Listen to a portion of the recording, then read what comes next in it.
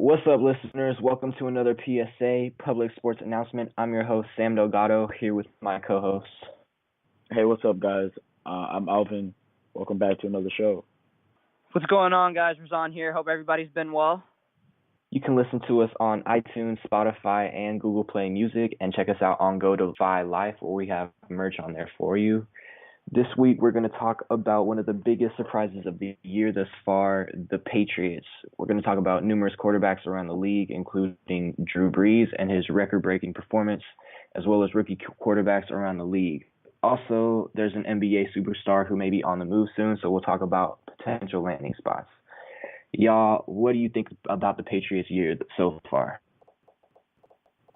I think the Patriots have been underperforming from what we kind of imagined they would. But at the same time, this is what the Patriots do. It's September. They did this last year. They kind of struggle sometimes, and there's no doubt in my mind that they'll put it together. But at the same time, this Patriots team is average, maybe a little better than average. And even with Tom Brady pulling magic, I don't really see them going deep into the playoffs. But I do think this is a playoff team in a particularly weak division. So I don't see them losing more than 6 games, but I don't think they're going to be an honest 10-6 when they get to the playoffs. So I'm not worried, but at the same time, my ceiling for them isn't high. Yeah, anytime you come out and lose to the Detroit Lions and Brady only has 130 yards passing, it's not a good sign for the team.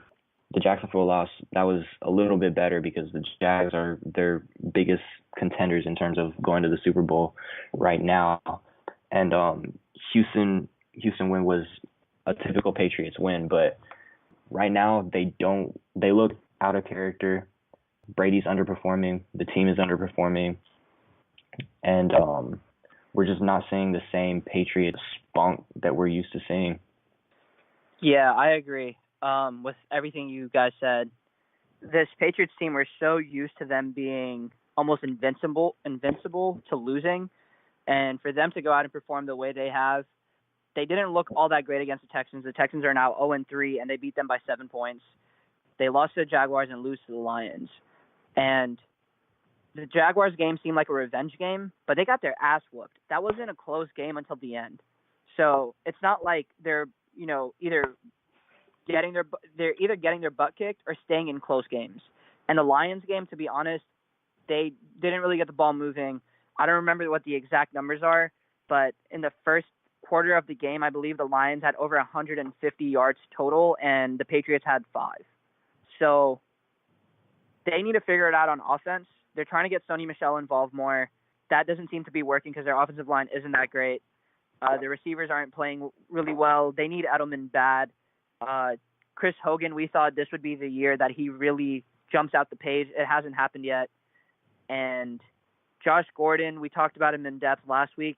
He needs to be the difference maker here, or we might be coming close to the end of a dynasty. And we weren't really expecting it because we all said we have been saying every single year that this is it. And from the first 3 games of the year, it's not really an overreaction based off how they've played, but this might be the end. Yeah. So what do you think is the biggest factor for this slow start? I think it's their inability to move the ball on offense. Their defense hasn't always been good. Bill Belichick, a lot of people don't realize, is a defensive coach. He was the defensive coordinator for the New York Giants before he went on to become the head coach of the Browns and the Patriots. So their defense I'm almost never worried about because I assume Bill Belichick knows what he's doing, which he almost always does. Their inability to get receivers open is really bad, and it's probably going to end up screwing them at the end. Gronk usually gets double-teamed on 2nd and 3rd down. So first down, he's looking for Gronk. Gronk isn't there on first down. Someone else needs to be open, and no one else is getting open. And I know Edelman's coming back soon, but he's coming off an injury last year and a suspension this year. So either he could be really fresh or he could be completely out of football shape. We don't really know. I'm kind of worried about this team. Yeah, I agree. They can't move the ball, and they're also averaging 25 points giving up on defense, and that's a really high number. But they're also getting guys back. Just the just the part that you're talking about, the part that they're so weak with the receivers. They're getting Edelman back, Josh Gordon. We're gonna see. So I think this offense can improve. Sony Michel's coming out of the backfield. So when you put some more weapons around Tom Brady, I think this offense will look better. Their defense is the thing I'm more worried about, but I'm confident in Bill Belichick, like you said, who knows it all. So I think it's a little bit of an overreaction because this isn't how this Patriots team is gonna look in 6 games. But I do think it's the end of the dynasty, not necessarily because of the season though. I think there's a lot of other factors going on behind the scenes that are gonna bring an end to the dynasty, which may be the best dynasty ever. All right, yeah, they also have the 3-0 Dolphins next, so I think that game will be a huge insight into what we're going to see for the rest of the year. Wait, who y'all got? Dolphins, Patriots? Patriots. A part of me wants to go with the Patriots, but like a part of me wants to go with the Dolphins just because you don't know what the fuck you're going to get out of the Patriots after the way they've played the first 3 weeks. Yeah, I hear that. You don't. Yeah, but I'm going with the Patriots. They're the better team. Yeah. I'm not believing in the Dolphins, and the Patriots have Tom Brady. All right, so last week Drew Brees broke the all-time record for completions in a career at 6,300. He's now at 6,326. He's also just 417 yards away from breaking the all-time passing yardage record, passing Peyton Manning at 72,000, just about. So, what do y'all think about Drew Brees? Where do y'all place him in your all-time list? Yeah, Drew Brees is easily a top 5 quarterback to me. If you have a conversation with me and you don't believe Drew Brees is top 5, I question your football intelligence, and I question if you've ever watched Drew Brees play a football game. Just this year alone, he's completing 80% of his passes. He's leading the league in yards. And if you watch the game against the Atlanta Falcons this past week, he did not look like a 39-year-old quarterback. He looked rejuvenated. He hit a nice breaking spin moves out on him. Yeah, completely twisting ankles out here. But so Drew Brees was originally drafted by the San Diego Chargers, and then subsequently traded when they traded for Phillip Rivers in 2004. Since he came to the New Orleans Saints in his 12-year career with them, not counting this year, these are his season averages. All right, not just from one season, but what he has averaged in 12 years.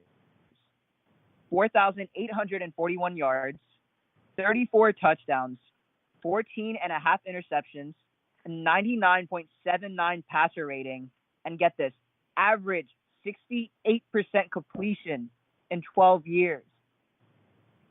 What this guy has been able to do in the past 12 years, I don't know if you could look at a more successful regular season period for any quarterback.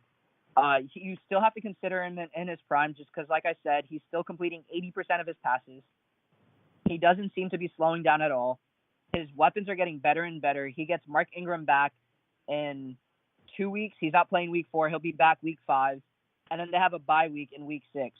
If his defense was better, this team would probably be better than the Rams just because they seem to have a more veteran QB. Not seem to, they have a more veteran QB. But Drew Brees is easily top 5. And he's actually only 44 passing touchdowns away from breaking Peyton Manning's record of most passing touchdowns of all time.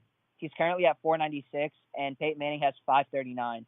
So if Drew Brees plays this whole season out and plays next year, I'm almost positive he will break that record. You know, just watching Drew Brees play, it's so much fun. It's always a fun offense. And I love the guy. I think you have to kind of have the conversation. Tom Brady's at the top. Where does he stand amongst Peyton Manning and Dan Marino and Joe Montana? Yeah, so I agree. I think Drew Brees, he just took control of one of the major statistics for quarterbacks of all-time leaders. He's 400 yards away from breaking another one. He's 44 touchdowns away from breaking another one. I don't see how a guy can be at the top of these 3 lists and not be considered greatest of all time or a second greatest of all time. I think it's kind of hard to argue against Tom Brady because of the rings, but talent-wise, I'm taking Drew Brees over Tom Brady. I think Tom Brady is mostly a system quarterback. The other quarterback that I'll argue for between those two is Aaron Rodgers, and I think Aaron Rodgers doesn't get the play time that either one of them has. He's suffered a few injuries in his career, and I think Drew Brees and A-Rod are right there neck and neck in terms of talent. But Drew Brees just happens to be healthier, be more consistent, and just consistently put better numbers up on the board. So if he's not your top one, top two quarterback of all time, I don't think you really watch football, because I've been watching him tear down Falcons defenses for 10 years now. Yeah, I agree with you guys. Drew Brees is not only top 5 in my opinion, but definitely top 3. Rings, I'm gonna give it to to Tom Brady off the top. He gets the rings, and then after that, it's kind of arguable for me. But Drew Brees is definitely in the conversation and definitely leading for the number 2 spot. Peyton Manning, with arguably A-Rod, we're gonna see how his career finishes out.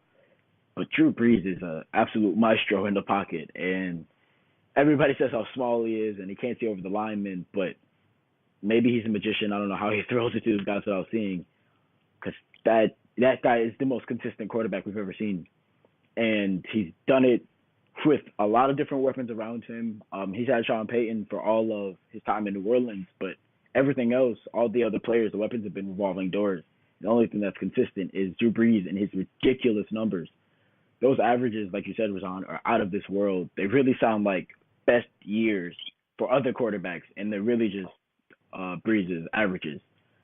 And one point that you made, Sam, calling Tom Brady a system quarterback seems kind of offensive, but I would say he's the best system quarterback ever. I think I would also agree he's kind of a system quarterback, but he's the best one ever. He's the best system quarterback, he's the peak system quarterback. You don't get better than him, but that doesn't take away from his greatness. And I think he's the system quarterback, and Drew Brees is just a underdog talent that nobody really saw coming, and he lit the league on fire. And A-Rod is just a physical talent that can make any throw on the field possible. But those are my 3, probably all time, the best quarterbacks ever. And Drew Brees' statistical resume keeps him in every single conversation there is. Yeah, and honestly, Right. Drew Brees not winning more Super Bowls isn't necessarily on him. I'm not giving him excuses. This is football at the end of the day. But you saw what happened to some of his defenses. Like, these have been some of the worst defenses of all time, historically bad defenses, Literally. and he's still been able to put up these numbers. And make the playoffs consistently. And make the playoffs. And with the weapons he has now, Mark Ingram coming back, we're seeing what Kamara and Michael Thomas are doing. This could be the year that Drew Brees wins his second Super Bowl if the defense is able to get it together, because I don't think a defense can win a Super Bowl being that bad. But man, Drew Brees is good. And like you said, Alvin, he's a magician, and he's the most accurate magician I've ever seen in my life, because no one throws a football more accurately than Drew Brees. Yes. That's the absolute truth. Yeah, and I just want to say, out of the 9 5,000 passing yard seasons of all time, Drew Brees has 5 of them. and no other quarterback has done it twice. Yeah. So that should say a lot. I know I'm supposed to hate Drew Brees as a Falcons fan, but the guy is just so good, and he's hard not to like. Also, Alvin Kamara is hard not to like. He's a great player. The Saints are looking good this year. Yeah, it's just going to be about if they can overcome that defense, as usual with the Saints. Not that the defense isn't even that bad, but I don't think it's good enough to win a Super Bowl. Drew Brees is going to have to overcome some some shootouts. Yeah, it could get ugly. Last year, and we saw last week that he's capable of doing that, because the Falcons Saints went deep. It was a tough, hard-fought game, and they came out on top. Yeah, and he has another game this week that could be a potential shootout with the Giants, whose pass defense is all right. But this is another game where he can prove who he is again. The past 3 times the Giants and Saints have played, 2 out of those 3 times a team has scored over 50 points. So this could be a game where Drew Brees shows everyone again what a great magician he is. Yeah, but I'm not. To be honest, these aren't the teams that worry me. The Falcons don't these aren't the teams that I think are going to beat the Saints. I think Drew Brees is more than capable of carrying this Saints with this defense over the Giants, over the Falcons. I'm more worried about teams like the Vikings and the Jaguars and other teams that are going to give them real issues. I think they beat the Giants convincingly this weekend. I'm not really that worried because I don't think the Giants' offense has enough octane to keep up with Drew Brees. Yeah, one thing I will say though is that Drew Brees can. I'm not worried about a defense that Drew Brees goes against. I wouldn't say I'll take him over any defense anytime, but I feel pretty confident in his ability to still go out there and put up numbers and score the ball pretty well. My worry becomes about his defense. And can they stop the other guy? It doesn't matter who the offense is. We saw it last week. Falcons don't have a great defense, but Matt Ryan was able to keep them in the game. The Giants face a similar situation where they're a pretty good offense, but they need to be able to stay in the game. Will Drew Brees' defense be able to do enough? Whoever they play the week after, it's kind of the same situation as we know Drew Brees can handle any type of shootout, but can this defense keep him upright and let him be able to control and win games? Yeah, I think that's what it's going to be. We'll see. Hopefully Odell pops off this weekend, though. Hopefully he makes that offense. He eats on the shootout, too. Makes that offense firepower. Yeah. I could use it. All right, so last week we saw the Baker Mayfield era officially take off in Cleveland. He threw for 201 yards passing, I believe, and led the Browns to their first win in almost 2 full years. What do y'all think about Baker? I love Baker Mayfield. Like you said, he came on last week and really showed out. But the two most impressive things for me are the comeback, and the thing I love about Baker Mayfield is I love his talent. He makes great throws, but he never feels like he gets lost in the moment, freezes up, or scares or anything. I've been watching Baker Mayfield for a long time. I've seen him in a lot of big moments. And it kind of reminded me of Johnny Manziel in college, not so much the NFL, but we see it with Baker Mayfield in the NFL. Johnny Manziel was never scared. No matter the obstacle, he always thought, my team's going to win, and you could just see it on him. No matter who he's playing, you could just see it on Baker Mayfield. And for him to come out in his debut on the spot and just, that's a rookie. Never scares. No moment is too big for him. And when we're talking about the quarterback position, that's up there with the big attributes that I need from my quarterback. And he's got it. Day one, he's got it.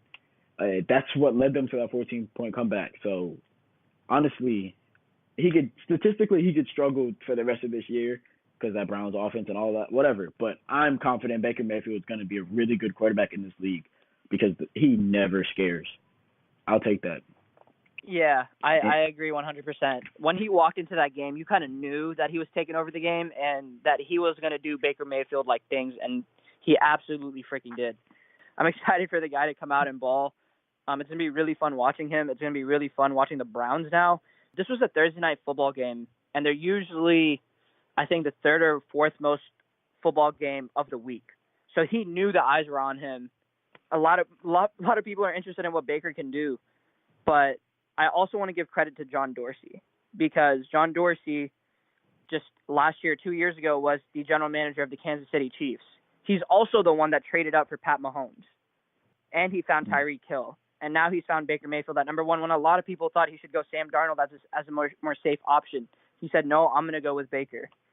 And I give John Dorsey a lot of credit. It seems like he knows how to find good quarterbacks. It seems like he knows what the hell he's doing, and no one should question him as general manager. So I like Baker. I think he's going to be special, and I think it's going to be a lot of fun watching him and all the other rookie quarterbacks because, honestly, all of them played pretty well this week. Yeah, I agree with everything you said. Also, Josh Rosen made his debut last week. I wasn't very impressed with him, even though he had 4 throws. 2 of them were interceptions. So not off to a great start, but he has been named the starter. So we get to have a full game to really judge what he's going to be in the league, which I'm not a huge Josh Rosen guy. I don't think he he's, that talented. He's obviously one of the best quarterbacks to come out this year, but compared to other NFL quarterbacks, I don't think he stands out. Yeah, I mean, like, they put him in a weird situation into the game. They were trailing 14-16, and they kind of just threw him in there, and they're like, hey, go try to win us this game. I'm not sure if Sam Bradford got hurt or if he came back. I don't know what that situation was. Sam Bradford was hurt. Okay, but it still wasn't an ideal situation. Yeah. It wasn't an ideal situation for a rookie to come in down, having to lead your team to win the game against a talented-ass defense, probably the best defense in the NFL right now. That's kind of tough. And I really like Josh Rosen. I think he has the most natural throw from all the quarterbacks that were drafted in the first round. I think he's going to be a really good quarterback, but that team worries me in general. Once Larry Fitzgerald is gone, this team has no stability whatsoever. They don't really have any weapons. They drafted Christian Kirk. They have David Johnson, but David Johnson isn't running the ball well. His biggest asset is his pass catching and pass blocking, which will definitely help Josh Rosen. But I guess, as they say, I'm kind of bare on the Cardinals as a team in general. Yeah, definitely agree with that. The Cardinals team is terrible, and they really did Josh Rosen no favors throwing him in like they did. Or, I mean, it wasn't. I'm not gonna say it was necessarily their fault or anything like that, but it was just a really bad situation, like you said. So we've got to see what his next game looks like, or his next couple of games, really. But as much as I've been impressed with Baker, Darnold's impressed me too. And so far, he's my second favorite quarterback outside of Baker. And to start the season, I had Rosen a little higher. But what I've seen from Darnold, I liked him. It's convinced me he could be better than Rosen. He's got 3 games under his belt. They started him from the jump. So he got 3 games, 700 yards, 3 touchdowns, and 5 interceptions. But the first interception he threw, as y'all know, that was maybe the most rookie throw I've ever seen in my life. And he bounced back from that, and I'll take that. That was a nice, good little confidence boost for me. And ever since then, he's looked pretty good. So I like Sam Darnold. And Josh Allen hasn't looked so bad either. I mean, again, not a really good team. And they somehow beat the Vikings 27-6, but he honestly looked pretty good. I mean, it seems like if you put the right pieces around him, you have something with him. He's mobile. He's clearly athletic. He was out here hurdling linebackers. Don't advise that at all for my rookie quarterback that I spent the 7th pick on. But this is a pretty good quarterback draft class. We talked about it when the draft was going on. They might be compared to the 2004 NFL draft class with Eli Manning, Big Ben, and Phillip Rivers. And they're off to a pretty good start. I see talents in all of them. I wouldn't look at any of these guys and say, wow, like already that pick looks kind of weird. But I think if you put talent around these guys, they could be pretty good. Yeah, I agree. This is one of the stronger quarterback classes we've seen. And one of them still hasn't made their debut, Lamar Jackson, who I'm really big on. I'm still waiting on him to come out, but the Ravens are doing good right now, so I don't think we'll see him this year. But I just want to add to your Josh Allen thoughts. He didn't have great yardage, or he only had 1 touchdown passing, but more importantly to me is he didn't throw an interception, and he completed almost 70% of his passes, which was a huge issue for him in college. He never completed more than 60. So if he can keep completing passes and being on target, I think Josh Allen can have a good year. Yeah, and he had 2 rushing touchdowns, and his number 1 receiver is Kelvin Benjamin, and his number 1 running back right now is Chris Ivory. So, like, it's not like this kid is being given really stars on the outside. Baker Mayfield has that. He has he has good leadership, and he has good veterans around him. Jarvis Landry, Carlos Hyde. They've put players around him that can make plays, as we saw with Jarvis making a beautiful catch in that game. I think all of these guys can be really good, and I think they will be pretty good. But remember the conversation we were having before the season started about teams wanting to sit all of their quarterbacks? Yeah. And everybody wanted to sit them, and with the exception of Darnold, the other 3 guys, they said they were sitting the whole year. And here we are. It's week 3. 2 of them because of poor performance. Like, this is bad. And Baker just came in because his guy got hurt. But they're all the starters after. Like, it took Rosen 7 throws for them to decide we're starting this guy. But the whole offseason, they were like, nah, we're going to sit him. And my thing with Baker is I think he would have came on the field anyways because that game was getting out of hand. Fans were chanting, "We want Baker." It was in Cleveland. Yeah. They were 0-1-1.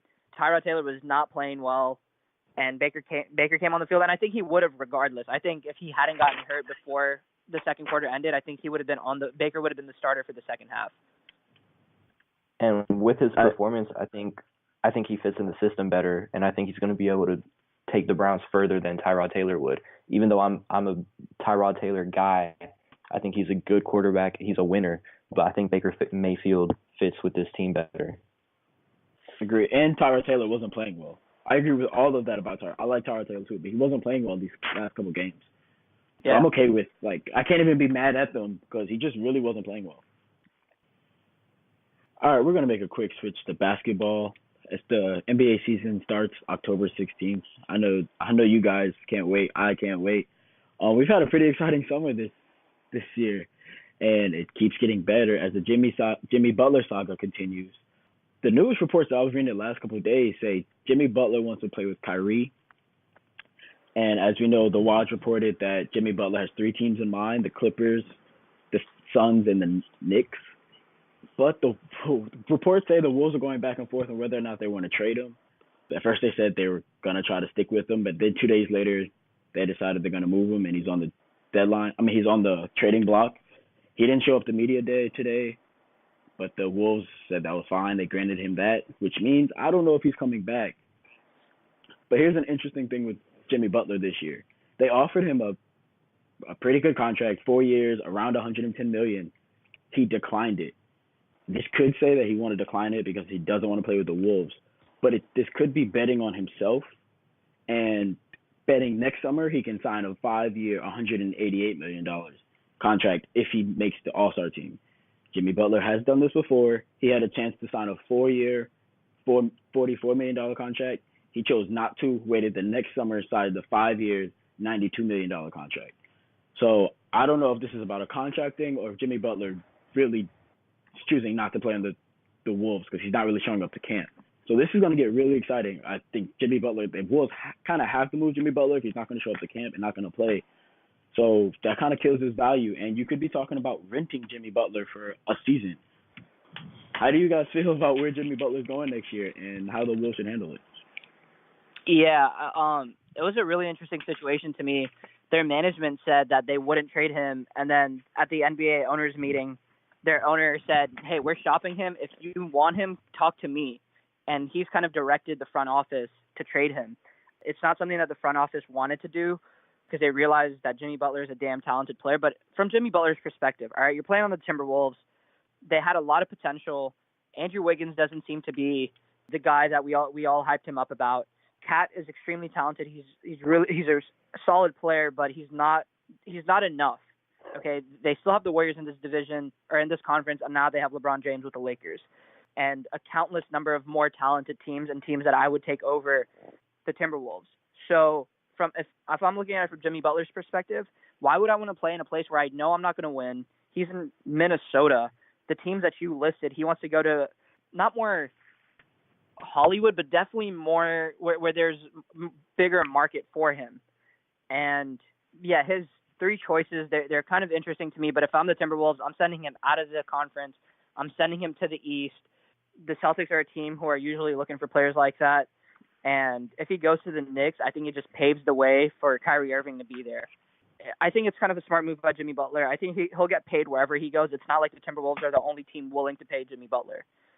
I love when players do things for themselves and they tell the team to take a seat back and demand something from them, because a lot of the times these teams do want something from a player. They want them to go out and play well, and I get they're compensated for that, but a player should be able to do what he wants. So we're seeing it with Le'Veon Bell. A lot of us agree with what Le'Veon's doing because it's standing up for all the players around the league, and I think Jimmy Butler is doing something similar around the NBA. So I like it. I hope the situation gets resolved, and I hope he goes to a place where he can have a chance to win, because I think we can all agree that the Timberwolves are not going to be contending this year with or without Jimmy Butler. Yeah, I Yeah, agree. And I think the Knicks are an interesting option for him. I think it paves the way for other superstars to go, not necessarily Kyrie Irving, because I think Kyrie is in a good spot in Boston, and he said that he wants to stay there. He said he wants to see his numbers in the rafters at TD Garden one day. But Jimmy Butler going to the Knicks would open the door for other superstars to go there. It would create kind of culture there that they want to win again, because it's been a while since the Knicks have been a winning team, and bringing Jimmy Butler in, pairing him with Kristaps Porzingis, everyone wants to play in New York. So I think Jimmy going to the Knicks would be the best option if he wants to win in the future, because they have the capital. They can spend money. I think it's the smartest decision for them to, trade a few draft picks and look to buy big over the summer and try and pair him up with another superstar. I think the Kyrie Jimmy Butler team up thing is interesting, but I think the Knicks won't trade for Jimmy Butler nor Kyrie because they're pretty confident they can get them in the summer. I just don't know which domino is going to fall first. And if Jimmy Butler gets traded to a team before the end of the season, then it's going to be a lot harder for them to team up. But I also don't think Kyrie's in that great of a situation with the Celtics. I think the Celtics are in a great situation, but Kyrie himself is in a unstable situation, just like many of the Celtics outside of Tatum and Brown. Everybody else is in kind of an unstable situation because they are not the faces of this franchise, and they're not where all the chips are going to be handed if needed be. When it comes down to contracts and minutes, Kyrie has the potential to be stepped aside for Tatum, Brown, and maybe Rozier, depending on how his development grows. So I think, not to say that any of that is going to happen. I just don't know if that is as stable as people think it is. So I might be interested to go into the Knicks to get my own team. It's from New York, and if Jimmy Butler's there, I don't know. That's a little enticing. That's really enticing, to be honest with you. But the best thing about this to me is, of the three teams that Jimmy Butler said he wanted to be traded to, none of them are all that good. So I don't even know if he wants to play for a contender. So for that reason, I just kind of hope he gets sent to the Knicks. I want him to get sent for the Knicks, even though I know they're not going to trade for him. In a dream world, I just hope he goes there so that Kyrie goes there. But I think that'd be really fun to see on court. Kyrie and Jimmy Butler playing side by side. That'd be great. With Porzingis, that'd make the Knicks instant contenders, in my opinion. Yeah, I mean, they're not winning teams, but they're big markets and huge cities. It's New York and LA. So, but I figure Jimmy Butler wants to contend. At this point in his career, I figure he doesn't have a ring. I figure that's what a guy like that usually wants. And there are places where there are big markets and contenders. He just chose big markets that are like suck. There's nobody on the Clippers. Yeah, I'm surprised he doesn't want to go to LA. There's reports that the Lakers aren't really an attractive destination for him, which honestly doesn't really make sense. If you want to go to the Clippers, why wouldn't you want to go to the Lakers where you have a chance to win right away? And honestly, you might have a chance to stay there long term because LeBron isn't going to play forever, and he's still a pretty young guy and would be in a good situation with the other young players there. He probably doesn't want to play with LeBron. Yeah, I'm sure that's what it is. LeBron. But why the hell would you want to play with anybody on the Clippers? What are you going to achieve there? I don't know. That's what's confusing to me as well. I'm not getting that part, but hey, I'm not Jimmy Butler. So if you're one of these teams with money to spend, do you go out and get Jimmy Butler over the summer or during trade for him? Either one. Because to me, Jimmy Butler a few years ago, he was in a position where, he wasn't very good. Then he became the number one guy, and we saw his offense step up tremendously that year. And he hasn't really taken any bigger steps since then. His defense has gotten worse, if anything, since he became the number one guy for the Bulls. So yeah, but his offense has gotten better, much better since that 1 year that he improved so much. Yeah. And statistically, I can't say his statistics are that much better. I don't know. I haven't looked at his average, but he became a better offensive player, and his defense, I'm not gonna say got worse, but when you become the number one offensive player, your defense tends to flat because you're busting your ass on offense. But since then, he's been the guy on every team he's played on, and it hasn't really been close. Offensive guy. He had to play with Wiggins and Cat, and he was much better offensively than both of those guys, which I can't say he's a hell of a Chicago. player and will make an impact wherever he goes. I just don't see why he doesn't want to go to somewhere he could win right away. Agree, especially for a season. Like this, to me, this could be a perfect what Paul George could have done with that top OKC. Go there, win a ring, and then you decide where you want to go in the offseason. The fact that these are the teams that he listed that he wants to trade to makes no sense to me. Why not get traded to, I don't know, like the Raptors for a season, go compete, or the Sixers, get traded to the Sixers, go compete with them for a season, and then you decide, I don't want to do this anymore. Now you can literally go wherever you want. Yeah, there's a plethora of teams, I think, in the East that he could go to, and really, if he goes to the Celtics, I'm almost guaranteed to pick the Celtics coming out of the East, but if he goes to those two other teams, I might be picking them over the Celtics to come out of the East. Like, he's that good of a player. He's transcendent. He's gonna take a team to the next level defensively and offensively. So I think if he goes to the Raptors, having him and Kawhi there, oh man, that would be that'd be really tough. The defense would be insane. Absolutely insane. The Sixers too. Imagine him on the Sixers. Yeah. Like, now that's just too many offensive weapons to guard every night. But he decides, I want to go to the Clippers, Knicks, and Suns. That's just crazy. The Sixers would have to give someone up to get him, though. Maybe not. Because think about what's the value on Jimmy Butler? We're talking about a 1-year rental, and at this moment he's got a list of teams. So it's going to be hard to trade him to anybody that's not on that list. But even if it isn't, his value is going to be low. You can probably move something small. Not small, but you might not have to give away Embiid, Simmons, or Fultz. I don't think you would have to. Exactly, which to me is, if I could get Jimmy Butler without giving away one of those guys, maybe a first-round draft pick, you can have him. Give me Jimmy Butler for a season.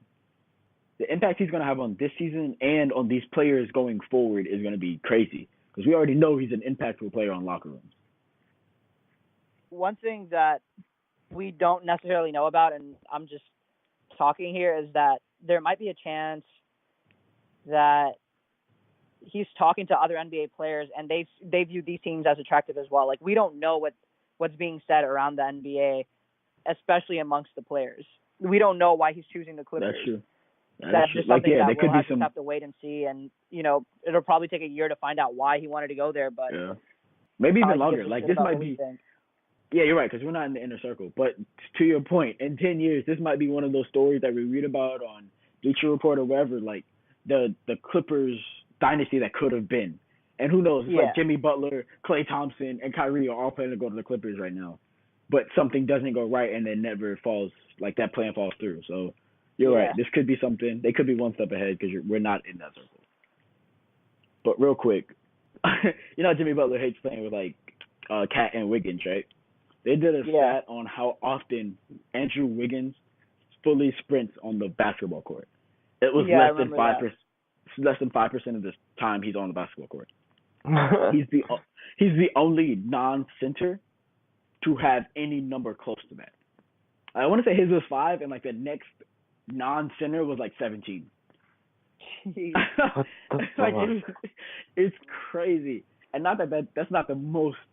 That's not the most accurate stat I imagine someone tells you. But the idea that you're fully sprinting for less than 5% of the time on a basketball court, just 5% is just fast breaks. Fast breaks are 5% of the basketball game, at the very least. He's ass. But remember, you guys, the Wolves made him. They said he was going to get better before they signed that contract. They made him promise he was going to get better. Hey, he did promise. He pinky promised. So here we are. All right, so that does it for another PSA. Appreciate y'all for listening. Check us out on iTunes, Spotify, and Google Play Music. Y'all got anything else to say? Y'all take care. Be safe. Enjoy the week. Thursday night football game, Rams versus Vikings. I think it's going to be a hell of a game. Make sure y'all tune in. Yes, of course. Thank you guys for listening. Go to Fi Live. Reach out to us. Go on our site. We got some cool stuff. And shout out to Tiger Woods for winning one. Yes, shout out to Tiger Woods.